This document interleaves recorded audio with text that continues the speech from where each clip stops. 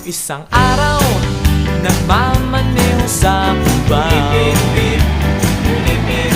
Aking nakita, babaeng saksakan ng ganda. Sinundan ko ang kotseng sinasakyan niya.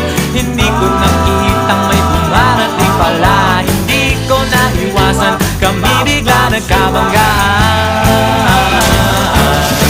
Nung magkamalay, ay nasa ospital na ako. Nasikaso ng doktor na pili ng nanay ko. Biglang-bigla na lang ang nurse nandyan na.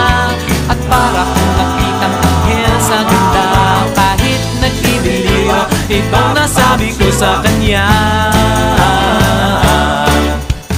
Ale, nasa